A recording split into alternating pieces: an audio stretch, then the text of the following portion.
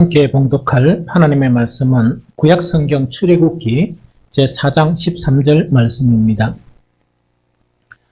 한 목소리로 읽도록 하겠습니다. 모세가 이르되 주여 보낼 만한 자를 보내소서. 한 번 더 읽겠습니다. 모세가 이르되 주여 보낼 만한 자를 보내소서. 아멘. 오늘 읽었던 이 본문은 짤막한 그런 본문이지만 그 주변에 여러 가지 기사들이 많이 기록되어 있습니다. 그 내용을 좀 요약을 하면 뭔가니까 그 이스라엘이 애굽에 진짜 종노릇하는 그런 상황 가운데 있었습니다. 그러다 보니까 너무나 힘들다 보니까 그 이스라엘 민족이 하나님 앞에 막 기도를 하게 돼요. 기도하는데 그 응답으로서 또 하나님의 그런 이미 예정하신 그 예정으로서 뭘 하는가 하니까 이스라엘을 애굽으로부터 구출하시기 위해서 누구를 선택하시느냐? 모세를 선택하세요. 그래서 모세를 다 부르시고 난 다음에 하나님께서 네가 해야 될 일은 네 민족을 그 애굽으로부터 구출해내야 된다 하는 그 자체를 갖다가 이 모세에게 이 사명을 부여하게 됩니다. 그런데 이 부여하게 되니까 모세가 여러 가지 말로 오늘 본문은 다 읽지 않았지만 여러 가지 말로 하나님, 나는 적당한 사람이 아닙니다. 나는 그 일을 하기에 감당할 수 있는 그런 사람도 아닙니다. 하면서 하나님께 항변을 하는데 그 항변하는 그런 마지막 중심적인 내용이 뭐냐? 항변하다가 안 되니까 모세가 뭐라고 이야기하느냐 하나님께 모세가 이르되 주여 보낼 만한 자를 보내소서. 도저히 아무리 생각해도 또 하나님께서 아무리 이런 말씀 저런 말씀을 통해서 내한테 권면을 하지만 나는 아무리 생각해도 아니니까 주님 보낼 만한 자를 보내소서 하는 것이 오늘 읽었던 짤막한 그런 본문이다 하는 그 이야기죠. 그러면 우리가 여기서 살펴볼 이야기가 뭐냐니까 모세는 왜 이렇게 하나님께서 직접 지시하시고 하나님께서 이렇게 택하셨는데 이렇게 강렬하게 이렇게 항변을 했을까? 모세가 왜 이렇게 그 하나님이 계속 설명하고 또 설득했는데도 불구하고 왜 강력하게 이렇게 항변을 했을까? 하는 그 이유를 살펴보면 한 세 가지로 그 이유를 살펴볼 수 있다 생각하고 이 세 가지를 생각해 보면 모세는 하나님께 항변할 만하다 하는 그런 인간적인 이해도 있을 수 있는 그런 부분입니다. 제일 첫 번째 그 문제가 뭐냐니까 모세의 그런 출생입니다.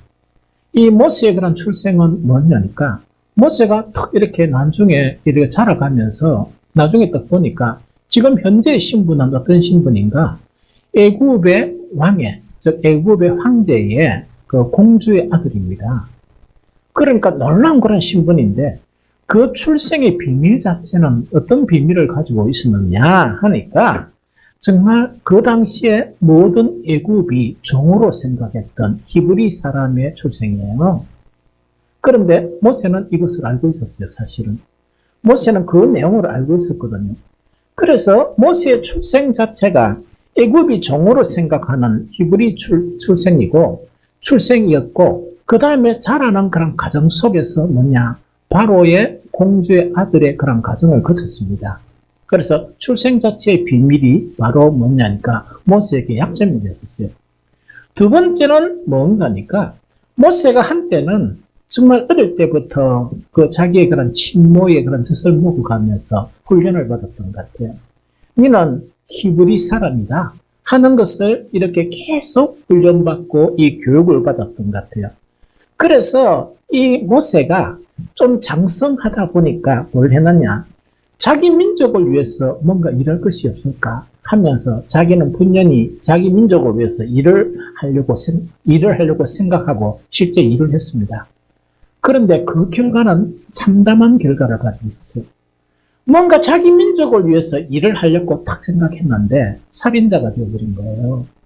이 살인자가 되어져 버리고 그것이 만약에 이렇게 밝혀지게 되면 어떤 결과를 가져왔느냐? 잘못하면 죽음에 이르는 그런 결과를 가져오기 때문에 모세는 그 이후에 도피를 한 거예요. 이 도피를 한 거예요. 그런데 하나님께서 어디로 가라 하는 거니까 애굽으로 가라 이러니까 자기는 도피, 즉 도망자의 그런 신세인데 애굽에 가가지고 자기의 옛날 죄 자체가 드러나게 되면 죽음을 면치 못하는 그런 상황이거든요. 그러다 보니까 모세는 강하게 하나님 번열만 사람을 보내달라 이런 식으로 강하게 항변하는 그런 부분이었다는 그 이야기죠. 세 번째는 뭐냐? 모세가 정말 이 애굽을 탈출해와 가지고 바로의 그런 공주의 아들에서 신분이 전락해 버렸습니다. 어떻게 전락해 버리느냐? 목동의 신분으로 전락해 버린 거예요. 아마 모세가 이랬을 겁니다. 어릴 때부터 하나님에 대한 그 교육을 잘 받다 보니까 한 1년 있으면 하나님께서 나를 회복해 주실 것이니 한 3년 있으면 또 하나님께서 회복해 주실까? 또 3년을 지나면서 한 5년 있으면 하나님께서 나를 이런 비참한 이런 상황 가운데서 이 해방시켜 주실까? 이래 생각했는데 자포자기를 합니다. 왜 그러냐니까 무려 40년 동안 하나님은 모세를 어떤 신분으로 이렇게 전락시켰느냐? 이 바로 공주의 아들의 신분에서 모든 희망이 사라져버리는 40년 기간 동안 목동의 그런 신분으로 전락해버린 거예요. 그래서 이 모세는요, 하나님께서 부르셨는데도 불구하고 이 세 가지 것 자체, 자기 자신에 대한 이 세 가지를 이렇게 지켜보니까 상상이 안 되는 거예요. 이 민족을 위해서 일한다는 것 자체가 도저히 이렇게 상상이 안 되고 또 그것뿐만 아니고 애굽에서 자기 민족을 구출하는 일에 자기가 부름을 받는다는 그 일 자체는 아무리 생각하고 하나님이 아무리 설득하고 하시는데도 불구하고 이거는 도저히 상상이 안 되는 그런 일이었다 하는 이야기죠. 그래서 모세는 뭐냐? 정말 그 여호와 하나님께서 이렇게 설명해주고 저렇게 설명해주고 이래도 마지막에는 뭐냐니까 주여 보낼 자를 보내시옵소서 이렇게 항변한 것이 바로 모세가 가지고 있는 이 세 가지의 문제가 정말 모세를 그렇게 만들었다 하는 그런 생각이 들어요. 그런데 여기서 우리가 물론 그 뒤에 우리는 성경을 보다 보니까 전후를 다 알고 있잖아요. 알고 있다 보니까 그 당시에는 우리가 누구든지 우리가 모세와 같은 상황이었으면 우리는 모세보다 더 펄쩍 뛰면서 도저히 안 됩니다.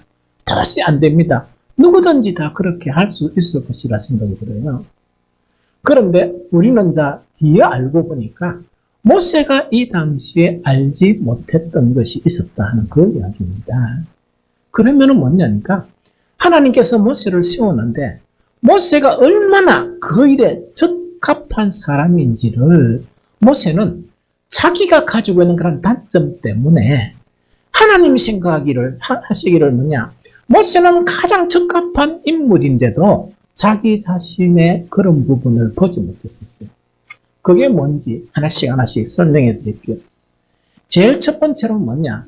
이 인물은 어떤 인물이냐? 자기 민족을 애굽으로부터 구출하는 그런 인물이에요. 그런 인물이죠. 그런 인물인데 모세가 딱 보니까 나는 거기서 살인자였고 만약에 내가 살인한 것 자체가 이렇게 밝혀지게 된다 그러면 나는 죽임을 면할 수밖에 없다 하는 그런 생각을 딱 가지고 있었죠. 하나님의 관점은 어떤 관점이었느냐?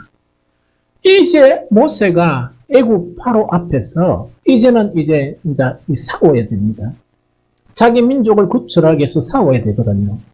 그런데 모세만큼 애굽의 상황과 애굽의 황실 있죠. 황실을 환하게 알고 있었던 사람은 아무도 없었어요. 왜냐? 이 모세는 40년간에 애굽 황실에서 그것도 애굽 황실에서 애굽의 모든 학술을 익혔어요. 40년 동안. 그러다 보니까 적과 싸우려고 그러면 우리에게 가장 필요한 게 뭡니까? 적을 알아야 되잖아요. 이 적을 알아야 되는데 정말 모세만큼 애굽의 장점, 애굽의 단점, 특별히 자기가 바로하고 이렇게 협상을 해야 되는데 정말 그 황실의 내부에 대한 사항을 알고 있는 사람은 없었다는 얘기죠. 그래서 이것이 모세가 자기의 그런 단점 때문에 이런 훌륭한 장점을 알지를 못했다는 그 부분입니다. 두 번째, 이거는 어떤 부분인가 하니까 모세가 생각하기를 뭐냐, 나는 비참의 시간 자체가 3년도 아니고 5년도 아니고 10년도 아니고 무려 40년간 기간 동안에 아주 비참한 목동 생활을 하게 되었다 하는 그걸 이야기하거든요. 그런데 모세가 알지 못했던 것은 뭐냐니까, 하나님께서 얼마나 이 모세를 한 민족의 지도자로 세웠는데 얼마나 잘 연단되고 훈련된 그런 인물로 만들었느냐 하는 그거를 모르는 거예요. 그거를 알지 못하는 거예요. 그래서 우리가 많은 그런 이 지도자들을 경험하잖아요. 이 경험하고 일하는데 가만히 지켜보면 뭐냐니까, 우리가 지도자들을 이 경험하는데요, 어떻게 뭐 정치를 하고 딴 거를 하고 하는 그거는 금방 배워요. 국회의원식이 나면요, 그렇게 정말 순수하던 사람이 국회의 그 안에서 나쁜 것 하는 그런 거 있죠. 금방 다 배워버려요. 그래서 그런 너무 빨리 배워요. 대통령식이 나도 그렇고 너무 많이 배우는데, 한 가지 아무리 해도 시간이 많이 걸리는 게 있어요. 그게 성품이에요. 인격이에요. 품성이에요. 즉 지도자로서의 그런 품성이 있죠. 이 품성 자체는 정말 배우기 힘들어요. 정말 배우기 힘들고 이거는 정말 배우기 힘든 그런 부분이에요. 하나님께서는 그 모세 자체를 갖다가 하나님이 사용하시기에 합당한 그런 품성을 만드는데 몇 년이 걸렸다고요? 40년이 걸린 거예요. 이 40년이 걸린 거예요. 우리가 사람을 세우는데도 참 잘 지켜봐야 될 게 뭐냐? 이 사람은 이거를 잘 못하고 저걸 잘 못하고 하는 거 있죠? 특히 교회일에 익숙하지 못하고 금방 배웁니다. 문제는, 가장 심각한 문제는 뭐냐? 정말 교회의 그런 이 지도자로서 가져야 될 품성이 있죠. 인격. 이게 잘 안 돼야죠. 그래서 요령만 잘 알고 여러 가지 일하는 방법만 잘하다가 정말 정말 어려움에 처한 그런 일들이 참 많거든요. 그거는 뭐냐? 품성의 문제고 인격의 문제입니다. 그런데 이 모세는 뭐냐니까, 오랫동안 하나님께서 모세를 연단시키고 모세를 낮추고 모세를 많은 사람들의 마음과 생각을 이렇게 알 수 있게끔 만든 그 훈련 기간의 40년 기간을 하나님은 모세를 연단시켰어요. 그래서 이 두 가지만 하더라도 모세만큼 정말 이 하나님으로부터 자기 민족을 구출하는데 쓰임 받는데 적합한 인물은 없는 거예요. 이것이 가장 중요하고 가장 중요한 부분이다 하는 그 이야기입니다. 마지막 모세가 고려하지 못한 게 한 가지가 있습니다. 그게 뭐냐니까, 우리는 뒤에 다 알게 됐죠. 우리는 뭐냐니까, 이 바로 왕 앞에 서려 그러면 내가 얼마나 좀 강하고 또 내 신앙도 얼마나 돈독하고 그 다음에 뭡니까, 내 기도가 얼마나 은사를 많이 받아가 이래 되면 참 좋겠다 생각하죠. 모세가 이 바로 앞에 설 때 모세의 그런 여러 가지 필요한 부분 자체가 있었습니까? 안 그러면 달랑 뭡니까? 지팡이 하나 있습니까? 달랑 지팡이 하나 있어요. 달랑 지팡이 하나 있고, 달랑 그 지팡이 하나를 손에 떡 쥐었는데, 상대방 애국은 뭡니까? 전차도, 그 당시에만 해도 전차가 있었고, 막강한 그런 군대가 있었고, 막강한 그런 위세가 있었던 것이 바로 왕의 그런 위세였었습니다. 그런데 모세가 지팡이 하나 쥐고 어떡하면 모든 애국 사람들이 모세를 어떻게 보겠습니까? 지팡이 하나 달랑 짚고 가가지고 이 협상을 하는데 얼마나 우습게 보였겠습니까? 그런데 인간적인 부분으로는 우습게 보였지만 하나님이 주신 달랑 하나의 지팡이에서 하나님의 놀라운 능력이 나타나는 거예요. 하나님의 놀라운 능력 자체가 나타나는 거예요. 그래서 가만히 보면 어떻게 됐습니까? 모세가 자기 민족을 이 구출해 내는 데는 거의 99.9%가 누구의 그 능력이었다고? 하나님의 능력이었다. 하나님의 능력이었고 모세는 쓰임받은 종에 불과했다 하는 그것을 우리가 알 수 있죠. 모세가 강하게 항변한 것은 이 세 가지를 감안하지 못했다 하는 그것을 우리가 알 수 있다는 이야기죠. 우리도요, 모세처럼 많이 실수를 해요. 이건 당연한 거고. 왜냐니까 너무 우리의 그런 환경이나 내 처지 자체에 이렇게 많이 생각하다 보면 하나님께서 하시고자 하는 그런 일이나 또한 하나님께서 여태까지 하신 그런 일들을 우리는 볼 수 없는 경우가 있어요. 성경은 우리에게 왜 필요하냐? 또 성경 중에 구약이 왜 필요하고 또 신약이 왜 필요하느냐? 이 이유는 뭐냐? 구약과 신약을 통해서 우리도 그런 상황 가운데 있을 때 정말 성경을 통해서 교훈들을 받고 깨닫고 우리는 믿음의 선택을 할 수 있도록 하기 위해서 우리에게는 성경이 주신 거예요. 그래서 우리에게도 뭐냐? 이런 상황 가운데 있을 때 우리는 정말 하나님 편에서 믿음으로 모든 것들을 바라보는 것이 너무나 중요하다는 이야기죠. 사실은 많은 교회들이 움츠려 있습니다. 코로나19 때문에 움츠려 있고요. 심지어 어떤 목사님들은 보면 목사님 스스로가 너무 절망이 되어가지고 왜냐하니까 이 교인 수는 한 400~500명이 되는데 예배 드려본 적이 이 성전에서 예배 드려본 적이 이 지역이 가물가물한 거예요. 그래서 목사님이 직접 이야기한 게 뭐냐? 자꾸 배가 나옵니다. 그런 이야기하면서 한탄하는 그런 가운데 있어요. 우리는 교회가 크지 않아가지고 어쨌든 간에 식사나 그 다음에 찬양 예배는 드리지 못하지만 그래도 정말 이렇게 지켜올 수 있었다는 것 자체가 감사해요. 정말 제가요 작은 교회 목사로서 감사하기는 이번에 처음입니다. 이래 하면서 이래 해서 왔는데 많은 그 큰 교회나 작은 교회들이 상실감에 빠져 있어요. 그런데 저는 그렇게 빠져 있을 수가 없습니다. 왜냐니까 우리의 신분이 무엇인데 우리가 하나님 앞에서나 이 세상 사람 앞에 우리가 누구인데 꼴랑 이 코로나19 때문에 우리가 주저앉아 있을 수 있느냐 하는 그 생각이 제 생각입니다. 그래서 우리 노예 목사님들 다 이야기해도 이런 시국에 내년까지 교회 무슨 계획이나 임직에 대한 부분은 전부 다 연기를 다 했습니다. 그런데 내가 왜 이런 상황 가운데 왜 연기를 해야 되느냐 하면서 저는 결단을 한 게 뭐냐, 우리 직분자들을 세워야 되겠다. 그러면서 정말 이래 움츠러 있지 말고 벌떡 일어서는 게 좋을 것 같다 생각이 듭니다. 첫 번째. 두 번째는 뭐냐니까 이 어려움 자체가 앞으로 어떻게 될지를 모르겠어요. 사실은 이 코로나19도 그 향방을 알 수가 없고 또 코로나19가 지난 이후에도 어떻게 우리는 이 세상을 예측할 수 없습니다. 이럴 때 가장 중요한 것은 뭐냐? 살아남아야 된다 하는 그것이거든요.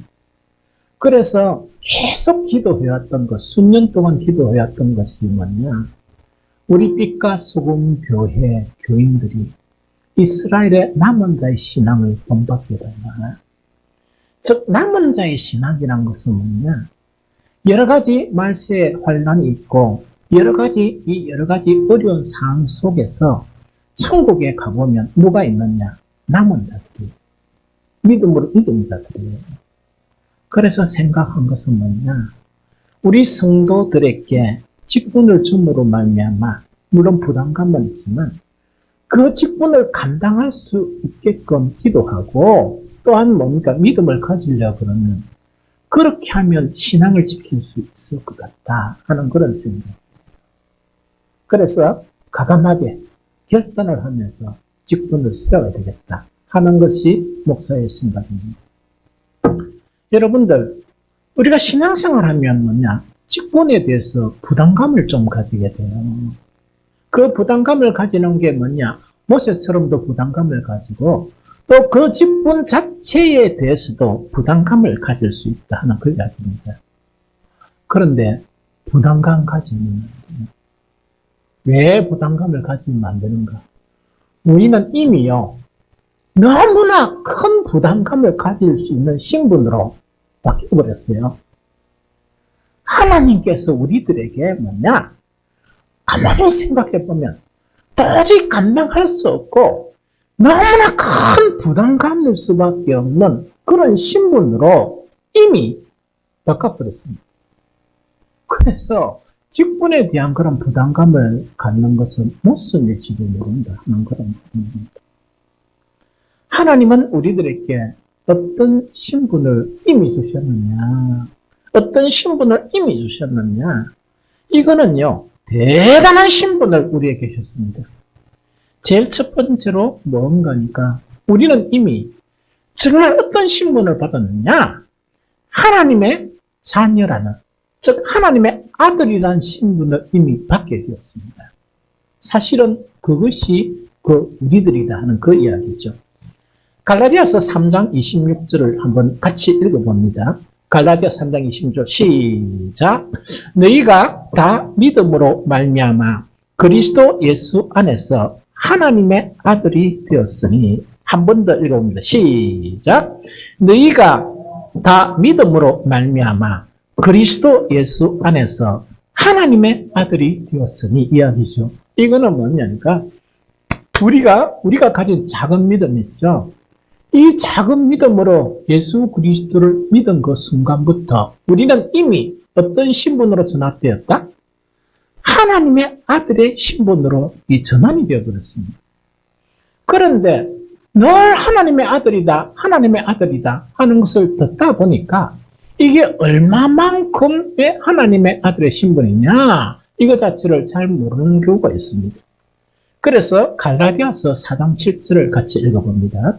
갈라디아서 4장 7절 같이 한번 읽어봅니다. 시작. 그러므로 네가 이후로는 종이 아니요 아들이니 아들이면 하나님으로 말미암아 유업을 받은 자니라. 한번 읽어봅니다. 시작. 그러므로 네가 이후로는 종이 아니요 아들이니 아들이면 하나님으로 말미암아 유업을 받을 자니라. 이 말씀입니다. 그럼 이거는 뭐냐니까 세상의 삶은 뭡니까? 우리 사람들 관계 속에서도 친아들이 아니라도 니 내 아들 해라, 니는 내 딸 해라 이렇게 하죠. 그러면은 말로 뭡니까? 아들, 딸 된 사람들이 뭐냐니까 아들 되라 이랬으니까 뭔가 좀 줄라나 이 생각해 보니까 하나도 안 주거든요. 말만 그래 되는 경우가 있거든요. 하나님께서 우리를 자녀 삼으신 것은 그런 개념이 아니에요. 그런 개념이 아니고 어떤 개념이 있냐니까 그러므로 네가 이후로는 종이 아니요. 종이 아니라는 것은 뭐냐? 우리는 피조물이잖아요. 피조물이고 하나님은 우리를 지으신 그런 분이다 하는 그런 관계가 아니고 아들의 신분이 되었다는 이야기입니다. 그럼 아들이면은 어떤 아들이냐? 하나님으로 말미암아 유업을 받을 자의 아들이에요. 그럼 쉽게 이야기하면 이건 어떤 말인가 하니까 하나님의 모든 것들을 상속받을 수 있는 상속자라는 이야기입니다. 상속자라는 이야기입니다. 그래서 우리는 담대히 뭡니까? 내가 죽고 나면 하늘나라에 간다는 것이 뭐냐? 그 하늘나라는 하나님의 것인데 우리는 믿음으로 하나님의 아들이 되었고 하나님의 나라를 상속으로 받게 되었다는 그 이야기입니다. 이해되죠? 그런데 한 가지 마음이 너무나 아픈 게 어떤 것이 마음이 아픈 거냐니까 성경에서 이것을 말씀하신 것은 하나님의 말씀이에요. 우리는 정말 예수 그리스도를 믿음으로 하나님의 아들이 되었거든요. 그런데 한 번씩 너무나 마음이 아픈 거는 뭐냐? 하나님을 믿는다는 사람들을 보면 하나님은 분명히 아들로 삼았는데 모습을 보니까 뭡니까? 종보다 못한 이런 모양이 뭔가 기쁨도 없고 감사도 없는 그런 모양이 있다니까. 그런 모양을 하고 이렇게 신앙생활 하는 것 보면 그게 마음이 아파요. 여러분들 아무리 생각해도요, 우리가 그리스도인들이요, 마땅히 마땅히 하나님께 막 감사하고 찬양하고 마땅히 그래야 돼요. 그래야 되는 이유 중에 하나가 뭐냐? 가장 큰 이유가 하나님께서 내 작은 이 믿음을 통해서 하나님께서 아들로 삼아주셨고, 또한 하나님의 나라뿐만 아니고 하늘에 있는 모든 것을 상속으로 받을 수 있는 그 근원까지 주셨다 하는 이거 자체가 온전하게 내 심령 속에, 내 믿음 속에 형성이 되면 우리는 매일매일 순간순간 하나님을 찬양하고 하나님께 감사하고 또 감사하고 또 감사하고 이렇게 하더라도 우리의 감사는 부족하고 우리의 찬양은 부족한 거거든요. 그런데 가만히 보니까 뭐를 더 봐달라고 그러는지는 잘 몰라도, 뭐가 부족한 것인지를 몰라도 이 한 이유 자체가 우리가 평생 동안 감사하고 찬양해도 그 감사와 찬양은 턱없이 부족한 것이거든요. 그런데 이런 부분이 없는 거예요. 여러분들이요, 진정으로 하나님께 찬양하고 감사가 넘치는 사람은 표정이 바뀌어요. 표정이 바뀌어가지고 이 세상을 살아가면서 얕은 그런 문제가, 어떤 그런 어려운 문제라는 그런 문제가 있어도 표정이 안 흐트러져요. 왜? 가진 게 너무 하나님으로부터 받은 게 너무 많으니까 그것 자체를 보니까 세상 사람들은 막 그것이 없어서 힘들어하는 그런 문제도 힘들지 않은 거예요. 왜? 나는 엄청난 것을 하나님으로부터 받았기 때문에 힘들지 않다. 이렇게 돼야 되는 게 당연하죠. 그런데 사실은 우리가 왜 그렇게 못 되는가 하는 이 이야기입니다. 왜 그렇게 못 될까? 이걸 제가 곰곰이 생각해 봤습니다. 생각해 보니까 이거는 뭐냐니까 너무나 내가 받아들일 수 없는 신분의 변화다 보니까 그 자체를 못 받아들이는 거예요. 내 같은 사람이, 내같이 믿음이 약한 사람들이 설마 진짜 하나님의 아들이 되고 그것뿐만 아니고 뭐냐, 하늘에 있는 모든 것을 위협으로 받는다 하니까 이것 자체가 내 스스로 잘 안 받아들이는 거예요. 여기서 제외된 사람이 세속적인 믿음은 좀 제외하고요. 그 사람들은 참 믿음이 아니기 때문에 좀 제외하고, 그러면 참 믿음을 가진 사람들이 왜 하나님께 그렇게 감사가 안 되는가? 하나님 주신 것이 너무 엄청나가지고 내 같은 사람에게 진짜 주셔서 하는 의심이 생기고, 정말 내가 진짜 그럴까 하는 그것 때문에 뭐냐니까 감사가 안 되고 찬양도 안 된다 하는 그 부분을 이야기합니다. 그래서 우리는 뭐냐, 스스로 하나님의 자녀라는 것을 진정으로 받아들이지 못하고 하나님의 자녀의 그런 신분을 누리지도 못하는 거예요. 한 번씩 소수의 그런 사람들을 보면 너무나 어려운 환경 가운데 살아왔다가 하나 잘한 것이 하나님을 믿은 거예요. 하나님을 딱 믿으면서 정말 그 환경이라 이렇게 보면 정말 그 환경을 탈피할 수 있을 것이냐 이렇게 나도 스스로 생각하는 친구들이 있어요. 이 동무들이, 신앙의 동무들이 젊었을 때 또 보면서 뭐냐, 나도 그 당시에 상황이 안 좋았지만 나보다 더 힘든 상황이다 보니까 저 양반이 울면서 기도하는 게 신치 않다는가 보다 하는 그런 생각이 들었어요. 세월이 몇 년 지났냐면 10년 지나고 20년이 지났어요. 나중에 또 보니까 신분이 어떻게 변했느냐, 요즘은 연락을 잘 못해요. 못하지만 정말 목회하기 전까지 연락을 딱 하면 뭐냐니까 이렇게 연락이 뜨고 요즘 이 영국에 있습니다 이런 거 있죠. 그래서 내가 딱 보니까 나는 영국 영자도 잘 모르겠는데 완전한 신분이 변화되어 있는 거예요.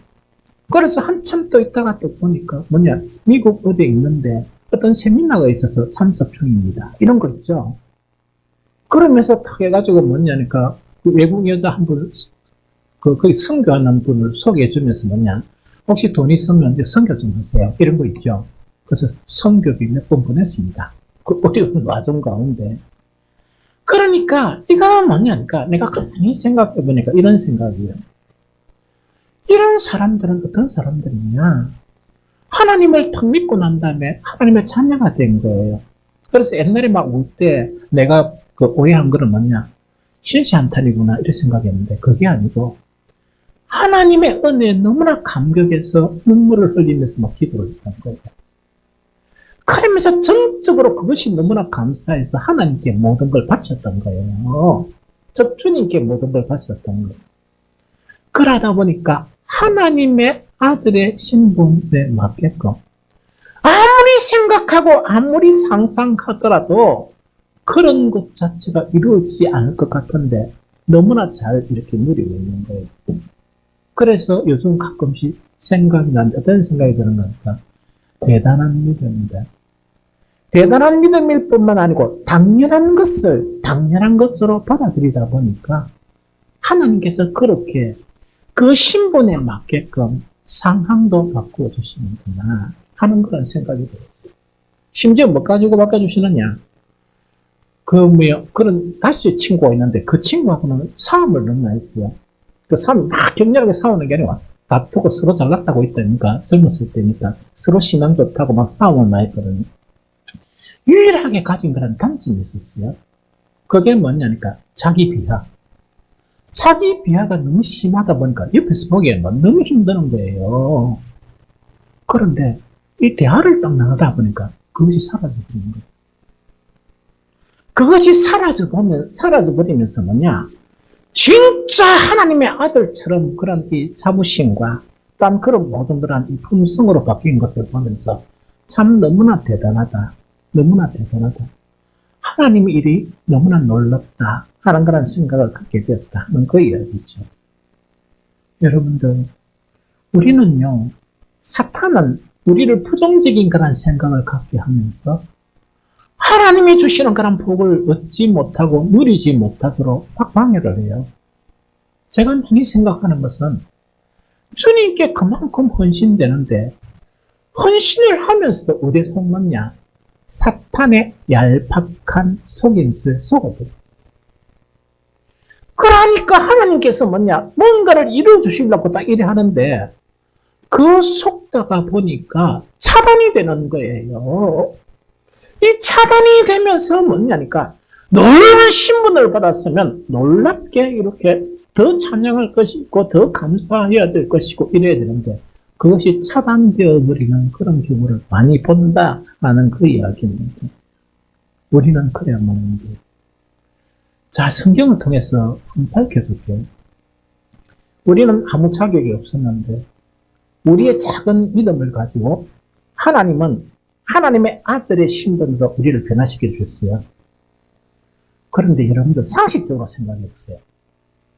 하나님이 어떤 하나님인데 마귀에게 조롱받도록 내버려 주신 것이냐? 이 세상 사람들이 야 저거는 하나님 아들을 거듭하는 희한하네. 희한한 아들도 다 있네. 이렇게 조롱받도록 내버려 두시느냐? 결코 그런 하나님은 아닙니다. 성경을 통해서 보면 하나님께서 뭐냐? 진짜 아들을 만드는데 계획을 가지고 계시고 우리를 계속 양육하세요. 그런데 하나님은 그런 계획을 가지고 양육하시는데 믿음으로 보지 못하고 아까 한 이야기 있죠. 나는 안 돼. 나는 이런 초라한 믿음이야 하면서 이미 모세처럼 뭡니까? 번일자를 보냈었어. 이걸 갖다가 계속 이야기하며 그게 됩니까? 하나님은 그런 일을 하시는데 어떤 사람은 하나님의 일을 믿음으로 받아들이면서 그런 신분의 상승과 환경의 변화를 가졌는데 그것을 스스로 차단시켜버리는 거예요. 하나님께서는 어떤 일을 하시나? 자, 한번 봅니다. 에베소서 1장 5절에 보면 그 기쁘신 뜻대로 우리를 예정하사 그리스도로 말미암아 자기의 아들들이 되게 하셨다 하는 이런 선언적이에요. 즉 우리는 우리의 작은 믿음으로 하나님 아들을 선언하신 거예요. 하나님이 딱 선언하시고 난 다음에 우리가 그런 하나님 아들 되면서 우리는 아직까지 육신의 그런 사람들처럼 계속 있다 그러면 계속 마귀가 조롱하고 이 세상이 조롱하겠죠. 하나님은 위대한 일을 하셨어요. 어떤 큰 위대한 일을 하셨습니까? 하나님의 독생자 예수 그리스도를 우리를 위해서 여러 가지 다목적을 가지고 우리를 위해서 보내신 거예요. 이 보내시는데 그 목적 자체를 어떻게 이야기하고 있느냐? 로마서 8장 29절에 보면 하나님이 미리 아신 자들로 또한 그의 아들의 형상을 본받게 하기 위하여 미리 정하셨으니 이는 그로 많은 형제 중에 맏아들이 되게 하려 하심이니라. 요 이야기입니다. 자, 이거 한번 봅니다. 하나님이 얼만큼 아들을 탁 씌우시고 얼만큼 우리에게 위대한 일을 하셨느냐? 하늘에 계셔야 될 예수 그리스도를 우리와 같이 천박한 육신의 모습을 딱 입고 뭐로요? 하나님의 진짜 아들로 이 땅에 딱 보내면서 우리가 참 아들이 되게 하는 무엇을 세우셨다? 모범으로 세우십니다. 그러면서 우리는 뭐냐? 그 참 아들이신 예수 그리스도를 닮아가기만 가면 우리는 진짜 참 아들의 성품을 가지고 참 아들의 모습을 가지는 거예요. 그러다 보니까 하나님께서 뭐냐? 그 참 아들이 되어가는 삶 속에서 감당할 만큼 이 세상에서 축복을 주시는 거예요. 이 축복을 주시는 거예요. 복을 주시는 거예요. 그것이 아까 이야기를 한 뭡니까? 한 사람 동무가 있었는데 삶 자체가 너무 힘들었는데 그런 가정을 수행하다 보니까 맨주는요. 옛날에는 내가 자꾸 이렇게 생각했는데 그런 문제 때문에 싸우기도 많이 싸웠는데 지금은 뭡니까? 내가 너무나 오르러 봐야 돼요. 그런 거를 누리면서 살아가고 있는 것 같아요. 이 무슨 말인지 알겠습니까? 하나님은 대책이 없는 분이 아니고 그런 대책을 우리에게 주셨다는 그 이야기입니다. 그래서 뭐냐니까 나중에는 어떻게 하시는가? 에베소 1장 3절 5절에 봅니까? 하늘의 찬송하리로다. 하나님 곧 우리 주 예수 그리스도의 아버지께서 그리스도 안에서 하늘에 속한 모든 신령한 복을 우리에게 주시되 곧 창세전에 그리스도 안에서 우리를 택하사 우리로 사랑 안에서 그 앞에 거룩하고 흠이 없게 하시렸고 그 기쁘신 뜻대로 우리를 예정하사 예수 그리스도로 말미암아 자기의 아들들이 되게 하셨다. 이래 돼 있죠. 결국은 어떻게 변하는가? 우리의 작은 믿음과 허물이 많고 성격의 결함도 있고 믿음도 없는 우리들을 하나님께서 예정하셔서 우리를 친히 연단시켜 가심으로 말미암아 나중에는 뭡니까? 하나님 앞에 흠없는 결점 없는 사람들로 만드시는 참 아들이 되게 하신다는 거예요.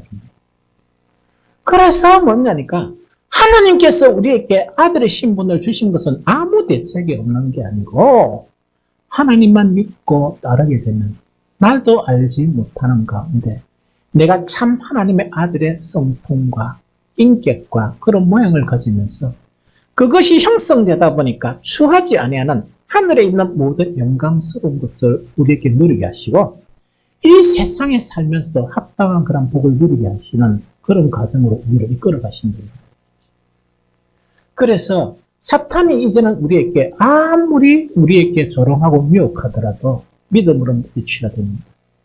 나는 이미 하나님의 아들이고 지금은 하나님의 아들의 품성을 갖지 못한 부분이 있더라도 나는 열심히 신앙생활, 경건의 생활을 하다 보면 나는 하나님의 완벽한 품성을 갖게 된다 하는 그런 확신을 갖기 바랍니다.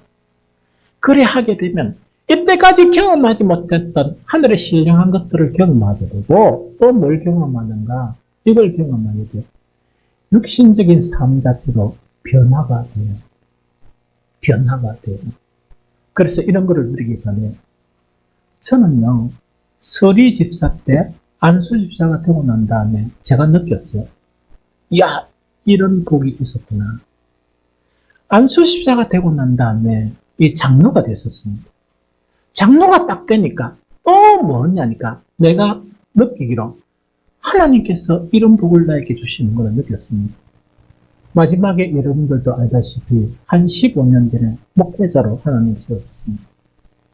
나는 그때 뭐냐 어떻게 나한테 이런 복이 있는지 나는 아무런 자격도 없고 나도 모세처럼 세월자를 세웠었어. 항변할 수밖에 없는 나에게 어떻게 주의 종의 목회의 길을 가게 하는 이런 영광을 주시는가. 하는 것을 생각했었어요. 그런데 장로 때하고 세계가 달라졌어요. 장로 때하고 세계가 달라지고 내 자신이 달라지는 것을 보게 되면서 정말 이렇게 하나님께서는 계획을 가지고 세우시는구나 하는 것을 알게 되고, 내가 고작 한 거는 뭔가니까 주님께 기도하고 이 세상화되지 않고 믿음으로 살려고 몸부림치는 그거밖에 없었는데, 하나님은 이렇게 놀라운 비밀들을 보여주시는구나 하는 것을 지금도 느끼고 있습니다. 이것이 하나님 하시는 일이에요. 두 번째 신분 하나 있어요. 이것도 가끔씩 이야기하죠. 이 두 번째 신분은요, 이것도 대단히 놀랍고 놀라운 신분이에요. 설교할 때마다 가끔씩 언급을 했지만, 어떤 신분을 이미 허락하시느냐? 왕 같은 제사장 신분입니다. 왕 같은 제사장 신분이에요. 너무나 놀랍죠. 그래서 성경 우리 한 구절 봅니다. 베드로전서 2장 9절을 봅니다. 베드로전서 2장, 자, 같이 읽겠습니다. 시작! 그러나 너희는 택하신 족속이요, 왕 같은 제사장들이요, 거룩한 나라요, 그의 소유가 된 백성이니 이는 너희를 어두운 데서 불러내어 그의 귀한 빛에 들어가게 하신 이의 아름다운 덕을 선포하게 하려 하심이라 되어 있습니다. 이미 우리는 뭐냐? 그 왕 같은 제사장의 신분을 허락하셨습니다. 자, 여기서 비결을 이야기할게요. 그러면 사탄이 우리에게 뭐를 이야기하느냐? 네가 무슨 왕 같은 제사장 신분이고 이래도 그거를 팍 자를 줄 알아요. 하나님께서 세우셨는데 네가 왜 잔소리가 없노? 하나님께서 나를 택하셨는데 왕 같은 제사장의 신분을 주셨는데 네가 왜 잔소리가 많느냐? 이렇게 탁 잘라버려야 됩니다. 그렇게 하면서 우리는 뭐냐니까 정말 주님 앞에 기도하고 하나님을 기대하면서 아버지 하나님이 불로서 세우셨으니까 하나님의 일을 하십시오 하면서 지속적으로 순종해가면 어떤 현상이 일어나느냐. 처음에는 왕 같은 제사장 신분이 너무 부담스러워가지고 이렇게 됐는데 나중에 계속 하나님께서 우리를 이끌어 가시면 어떻게 되느냐 하니까 정말 결국은 그의 귀한 빛에 들어가게 하신 이 아름다운 덕을 선전하고 다니는 사람들에게, 왜? 하나님께서 주신 그런 엄청난 은혜들을 많은 사람들에게 간증하고 많은 사람들에게 이야기해주는 이런 과정을 거치게 된다 하는 것입니다. 그러면서 경건의 훈련, 이런 뭐 다 이야기를 못하고 하고 나중에 마지막으로 어떻게 하느냐.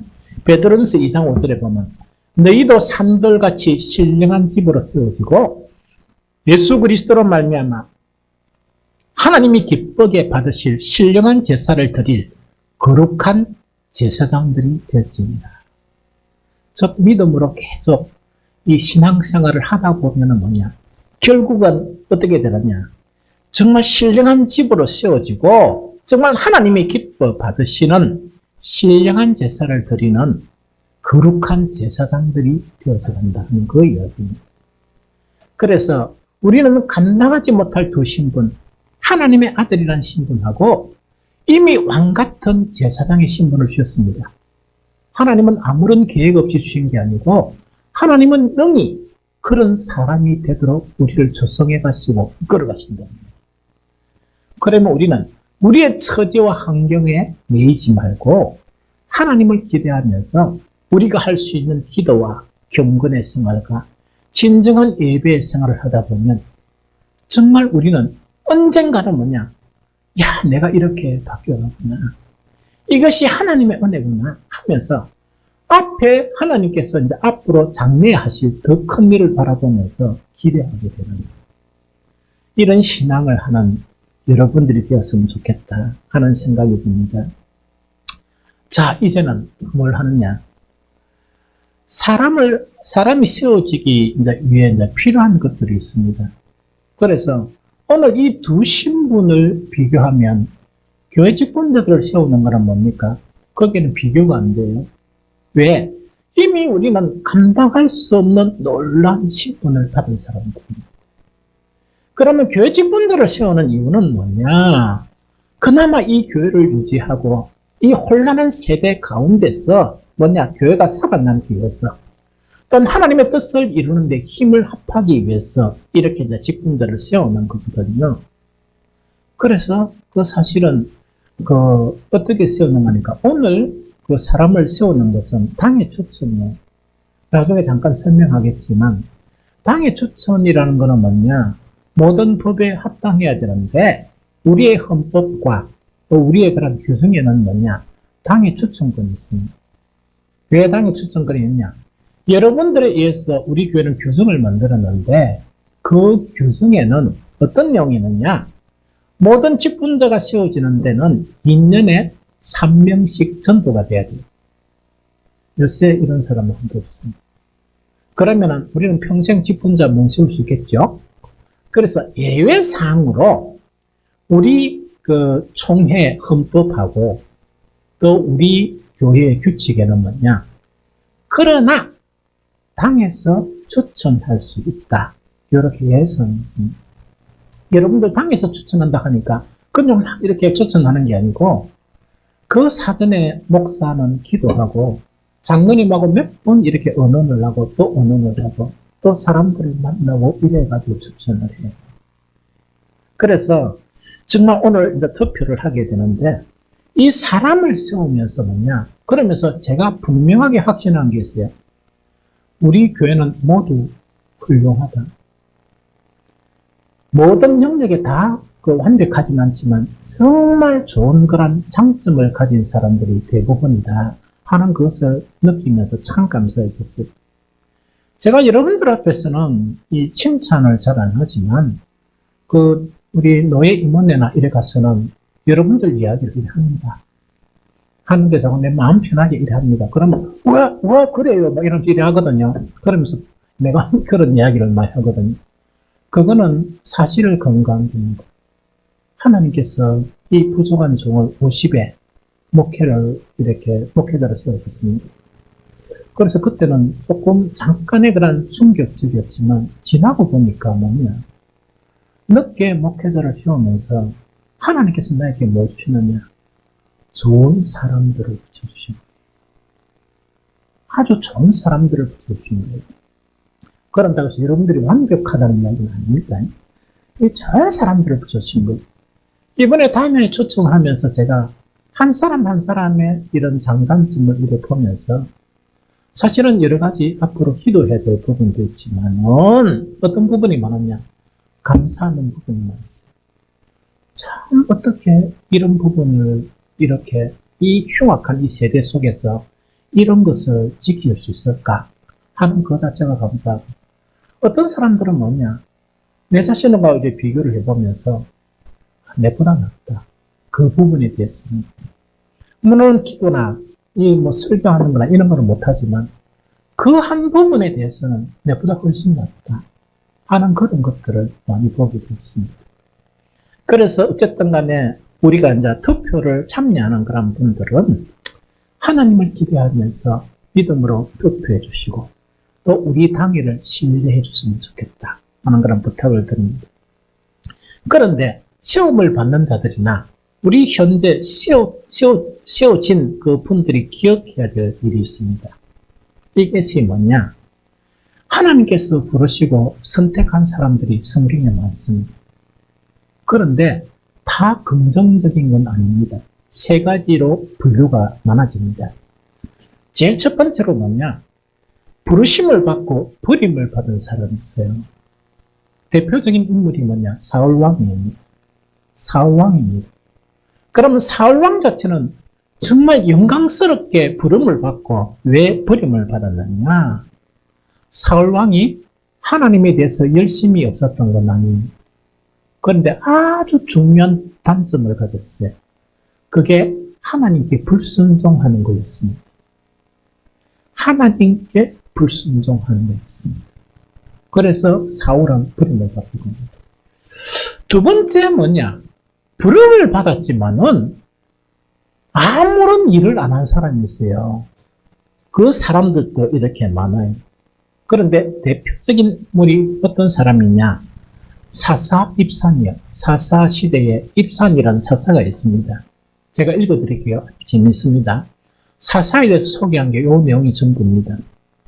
사사기 12장 8, 9절에 보니까 그 뒤를 이어 베들레헴의 입산이 이스라엘의 사사가 되었더라. 그가 아들 30명과 딸 30명을 두었더니 그가 딸들을 밖으로 시집 보내고 아들들을 위하여 밖에서 여자 30명을 데려왔더라. 데려왔더라. 요게 뭐냐? 사사 입산의 모든 행적입니다. 그래서 이걸 보고 어떤 사람들은 뭐냐? 대단하다. 하나님이 복을 주셔서 아들, 딸 많이 낳았네. 이렇게 이야기하시지만 이거는 신분이 사사 지도자잖아요. 지도자 같으면 주를 위해서, 민족을 위해서 일을 좀 해야 되는데 뭘 했느냐? 이 세상 사람들이 하는 뭡니까? 아들 낳고 딸 낳고 장가 보내고 시집 보내고 이게 전부 있었어요. 그래서 이런 사람들은 뭐냐? 부름을 받았지만 아무 일도 하지 못했던 그런 사람들입니다. 그래서 저는 우리 직분자들이 이 어두운 세대 속에서 이 두 사람은 되지 말아야 됩니다. 세 번째 사람이 있는데 그게 뭐냐? 부르심을 받고 놀라운 일을 한 사람들이에요.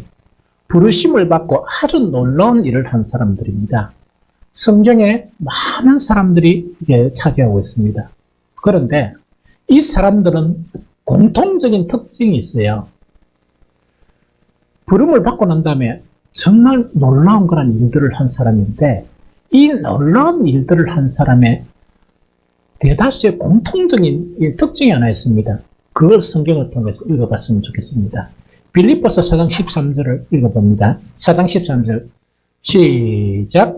내게 능력 주시는 자 안에서 내가 모든 것을 할 수 있느니라. 한 번 더 시작.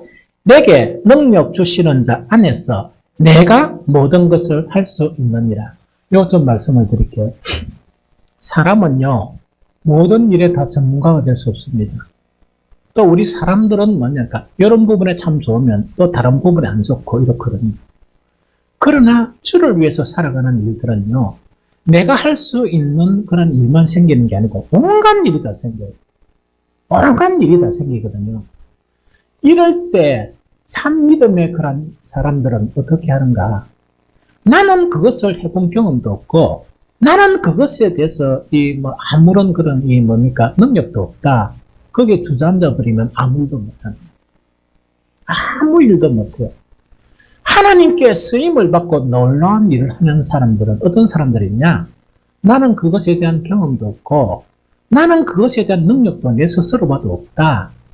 그렇지만은 뭐냐? 이분들은 도전한 사람들이에요. 어떻게 도전한 사람이냐? 나는 일어나는 그런 모든 일에 아무런 능력이 없지만 하나님께서 나에게 능력을 주시면 나는 그 일을 할 수 있다. 그것이 다시 이야기합니다. 하나님께서 나에게 능력을 주시면 나는 그 일을 할 수 있다. 이런 사람들이 기적을 일으키고 능력을 일으키는 그런 사람들이다 하는 이야기죠. 여러분들이 이런 사람이 되면요, 반드시 버려야 될 게 하나 있습니다. 그게 뭐냐? 편견이에요.